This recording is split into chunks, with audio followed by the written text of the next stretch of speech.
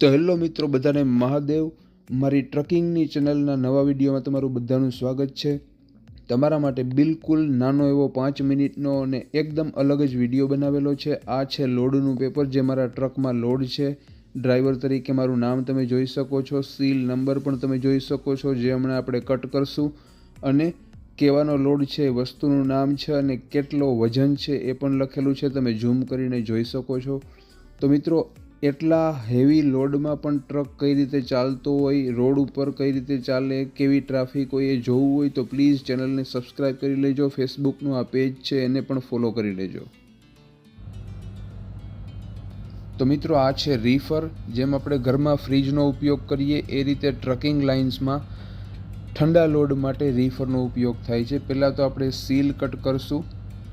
જ્યાં પણ લોડ લેવા આવેલા હોય એની પહેલાં મંજૂરી લેવી પડે કે હું સીલ કટ કરું, એ કહે એ પછી જ સીલ કટ કરવાનું હોય. નહીંતર એ લોકો એમ કહી શકે કે તમે રોડ ઉપર સીલ કટ કરીને લોડમાંથી કંઈક પણ વસ્તુ કાઢી લીધી. તો આ સીલ કટ કરી અને તોડેલું જે સીલ હશે એ પણ હું ફેક્ટરીમાં જઈને બતાવીશ કે મેં તમારા વેરહાઉસમાં કે ફેક્ટરીની બારોબાર પહોંચીને પછી સીલ કટ કરેલું છે.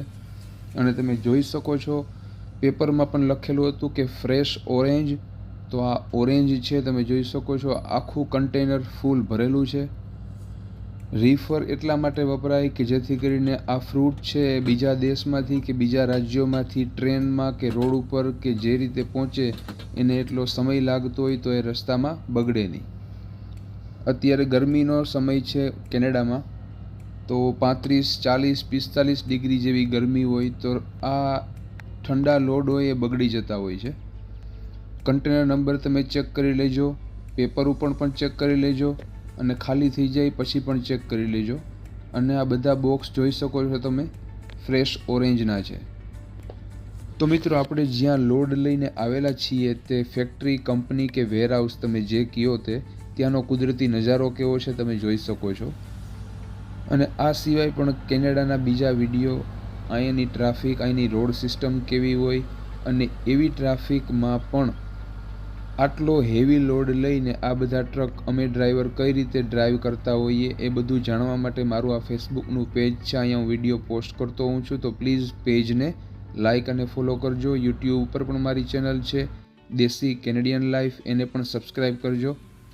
હવે હું તમને બતાવીશ કે આ સીલ જે આપણે કટ કરેલું છે, આ સીલના નંબર છે. પેપર ઉપર પણ તમે જોઈ લેજો ફરી વખત વિડીયો રિવાઇન્ડ કરીને. આ સીલ નંબર પેપર ઉપર લખેલા હતા. આ સીલ મારે હવે ફેક્ટરીમાં જઈને બતાવવું પડે કે અહીંયા આવીને મેં આ કટ કરેલું છે.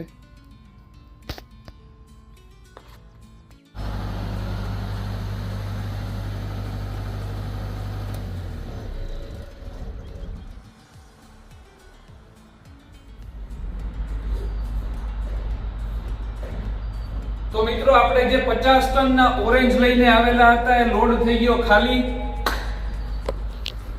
કન્ટેનર નંબર જોઈ લેજો, TLLU 1166918.